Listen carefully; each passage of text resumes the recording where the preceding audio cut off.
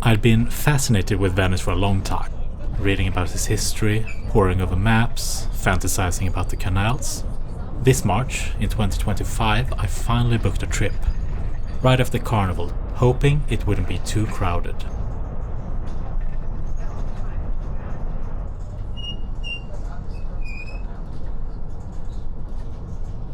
After an early start, a few hours flight with a change in Brussels, I now found myself on bus number 5 from Marco Polo Airport.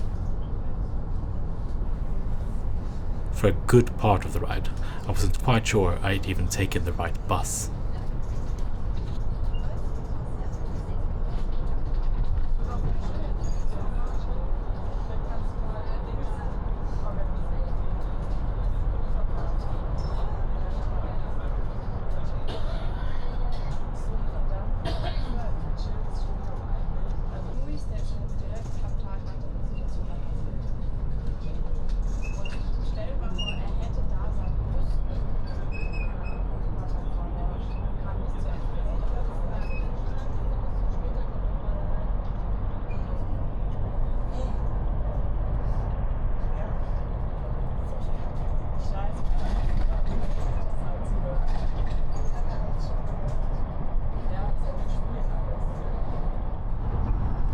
As the bus went out on the lagoon, however, that's where it changed to excitement.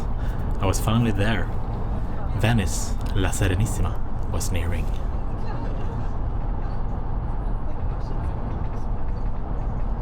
Even with the industries of Marghera in the background and a multitude of, lagoon works, I found the view beautiful, like a giant mirror on the ground.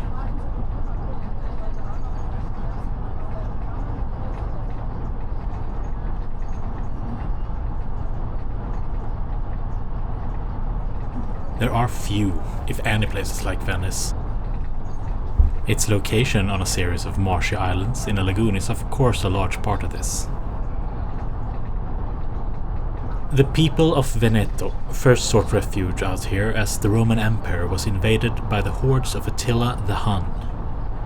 Out on the islands, nothing could get to them.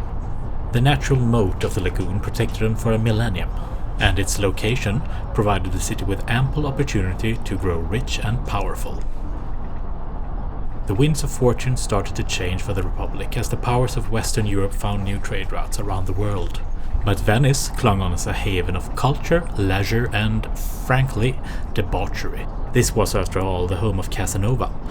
But this libertine outlook contrasted with the infamous inquisitors of the shadowy Council of Ten, a wing of Venice's Senate overseeing state security.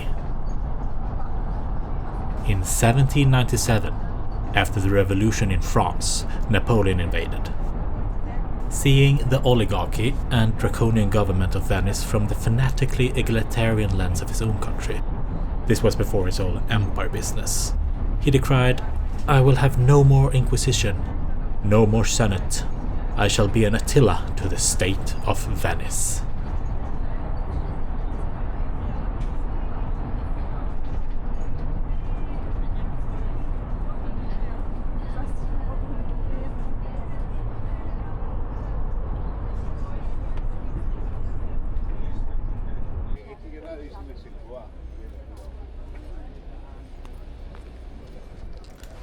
Soon enough, the bus stopped at Piazzale Roma, and I forayed into Venice. I felt almost as if in a dream.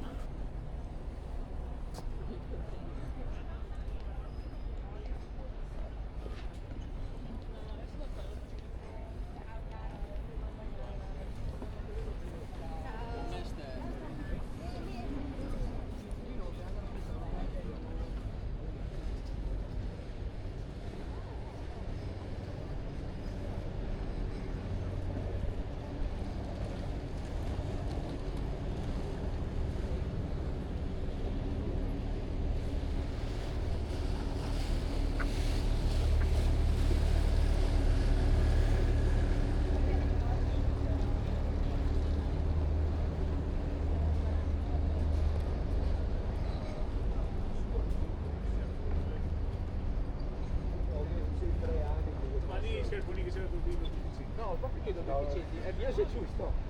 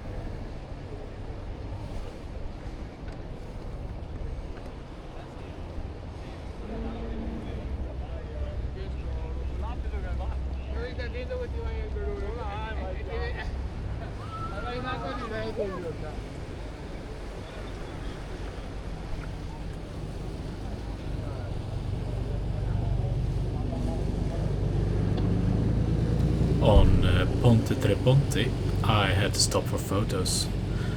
This will happen a few times on this trip.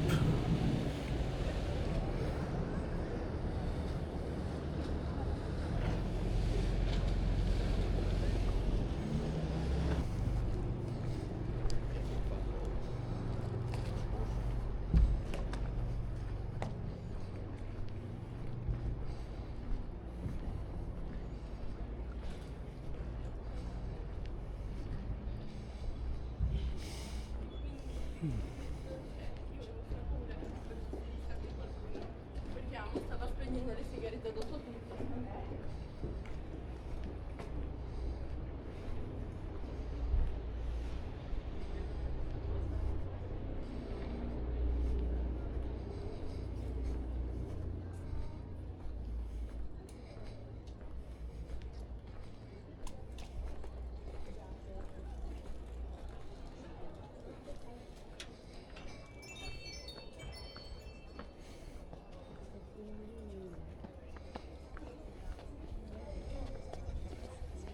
I'd heard walking through the city could be like trying to find your way through a maze, so I studied the way to the hotel beforehand.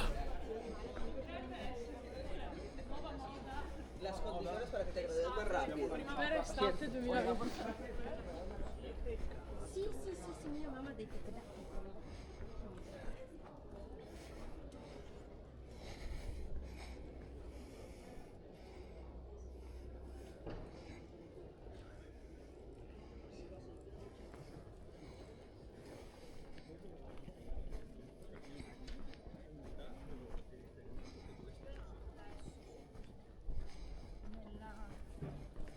Questa qua sull'angolo.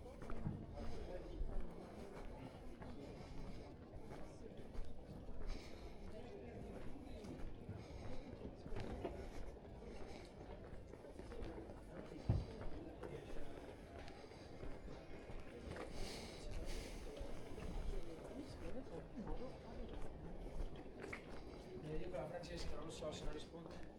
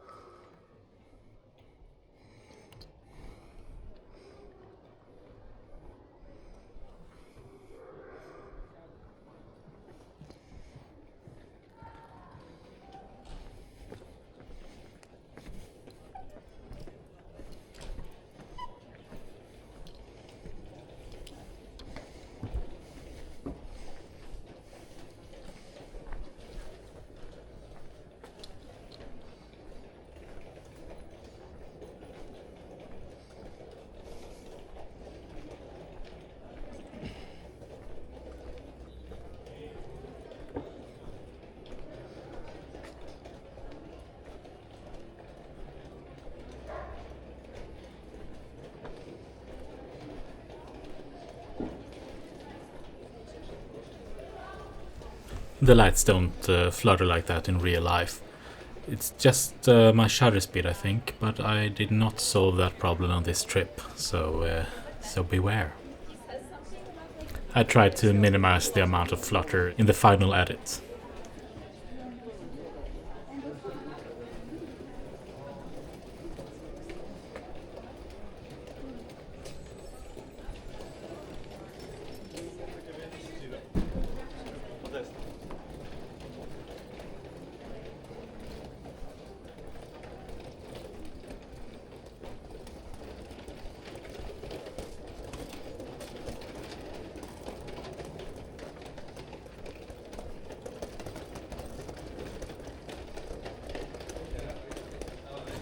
I found my way to the hotel without a hitch. Tivoli Hotel.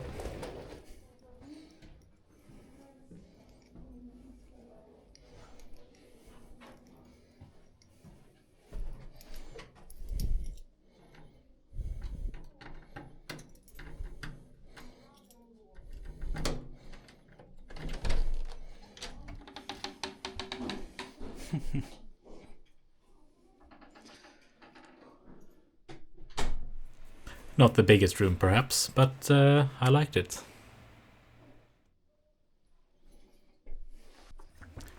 After a quick rest, I planned my next route. My expert filming technique, of course, shows very little of the map, which is why I, with some movie magic, will superimpose another.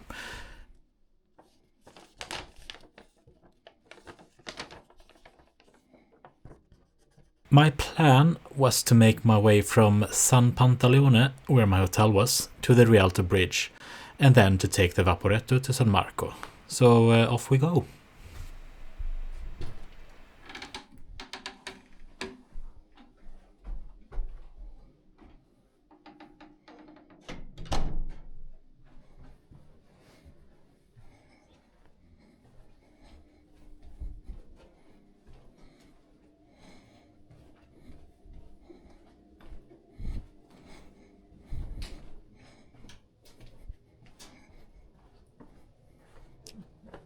The hotel was nice with a good price and pretty centrally located.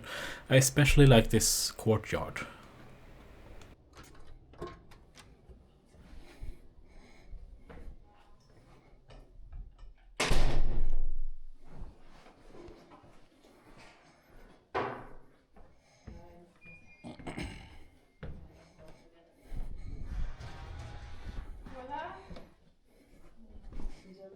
Yeah.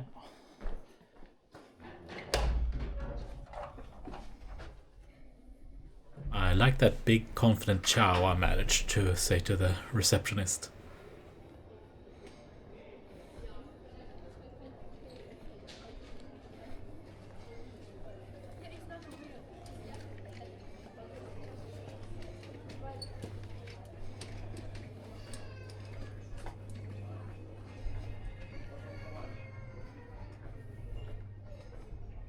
So finding your way around Venice is kind of special. You kind of have to know where the landmarks are beforehand. Since they're signposted, you use them to navigate. But don't forget a map. It helped me several times on this trip.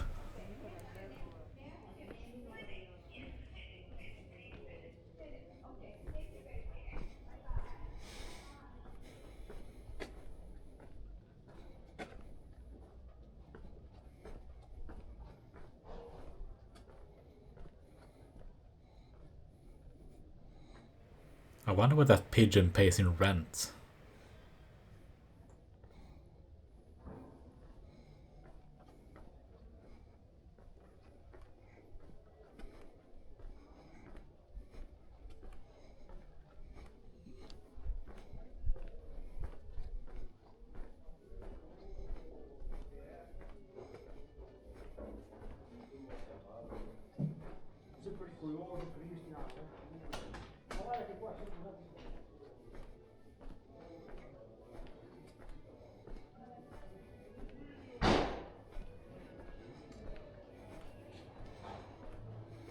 After passing what looks like a zoning error, I passed I Frari, a huge basilica that contains several works by the Renaissance artist Tiziano, or Titian as he's known in English. I didn't have time to visit this church during my trip. It dates back to the 14th century.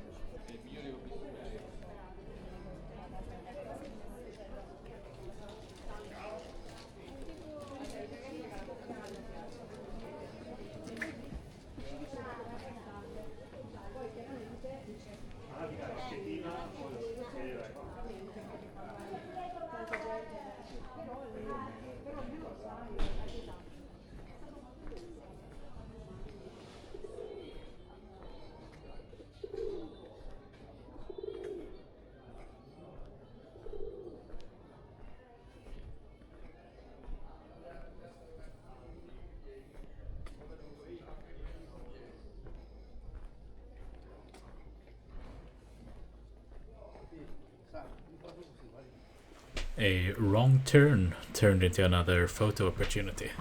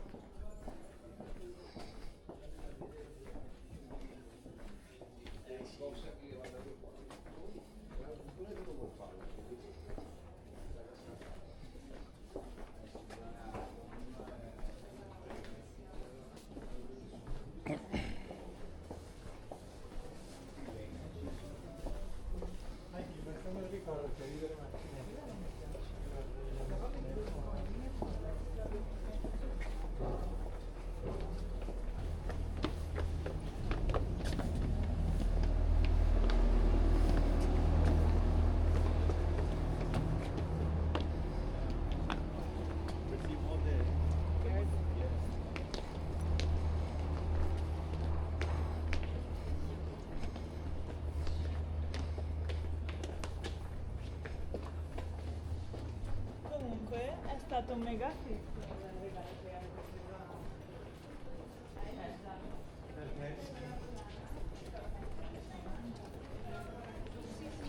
Era uno amante. Ragione.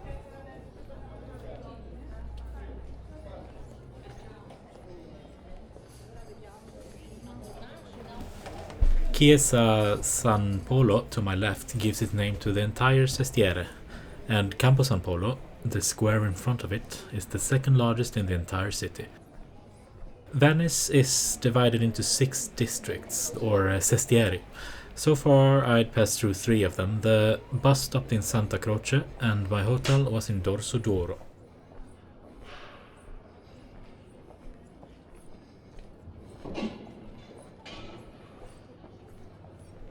The closer I got to Rialto, the more crowded it became. But now I could also start following the crowds to a greater extent. My hope that Venice would be emptier since I arrived right after Carnival was in vain. It was still pretty crowded, but maybe this was few people compared to the tourist seasons. Or maybe all the visitors of the carnival still hadn't left.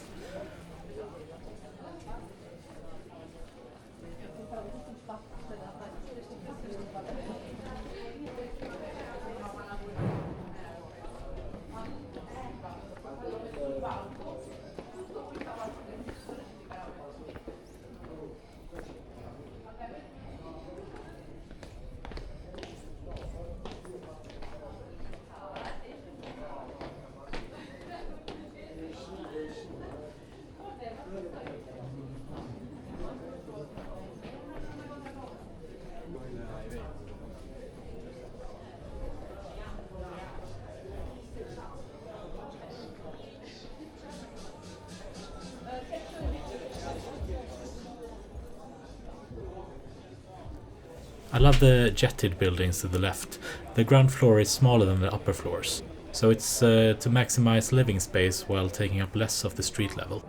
Venice is full of things like this, overpasses between buildings, underpasses, or sottoporteggi, under them.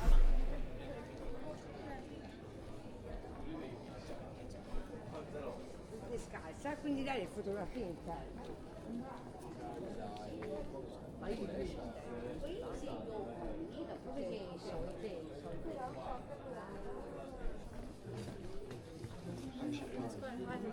Yeah.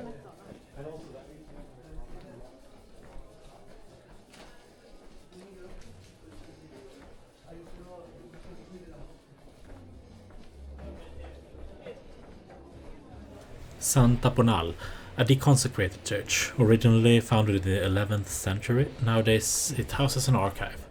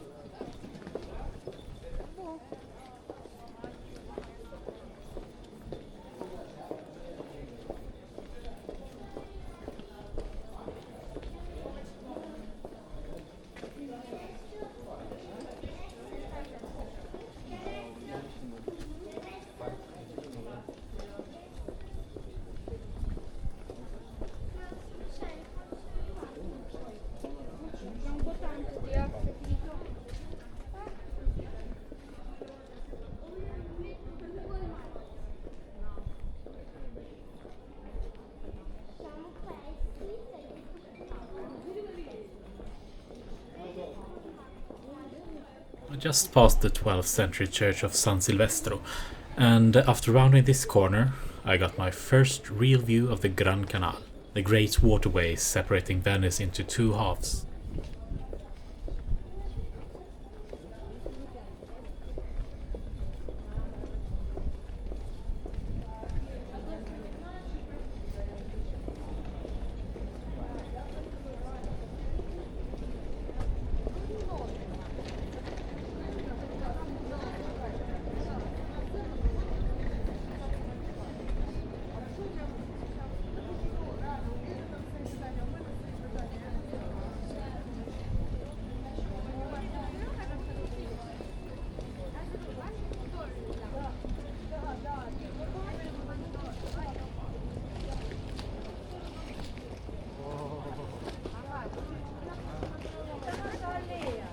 And soon enough, I saw the stunning Ponte di Rialto in the distance.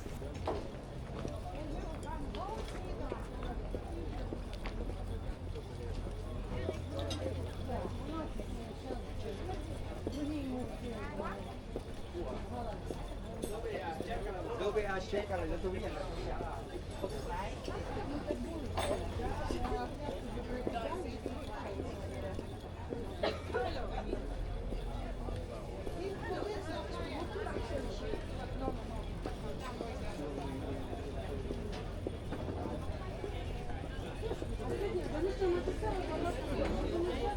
For hundreds of years, this was the only bridge connecting Venice's two halves.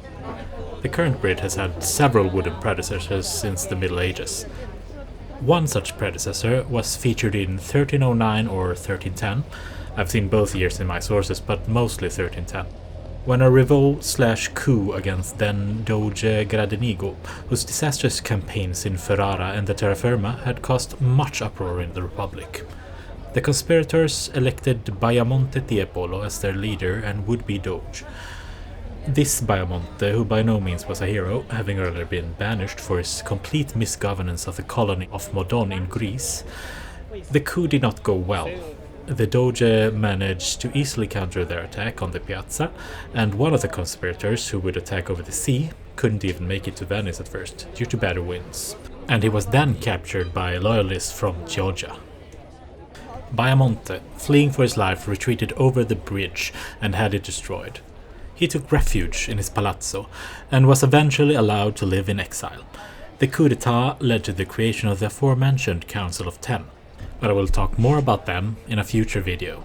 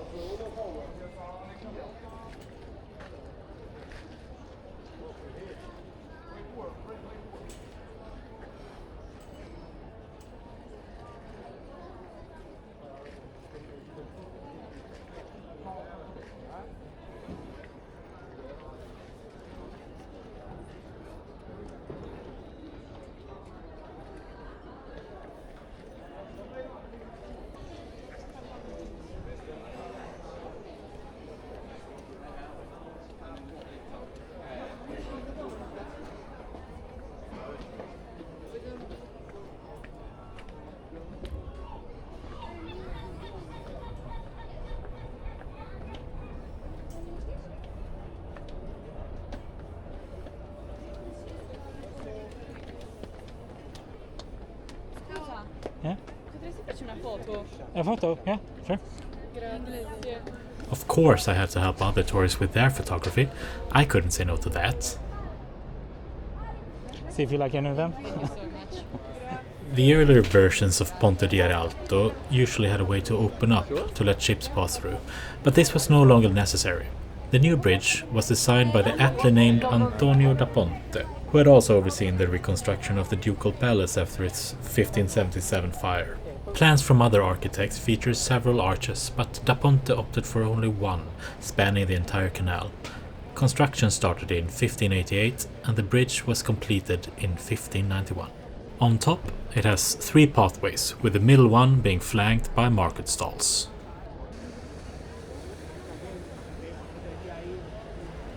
From the top, I could look down on the magnificent Grand Canal. I could never tire of that view.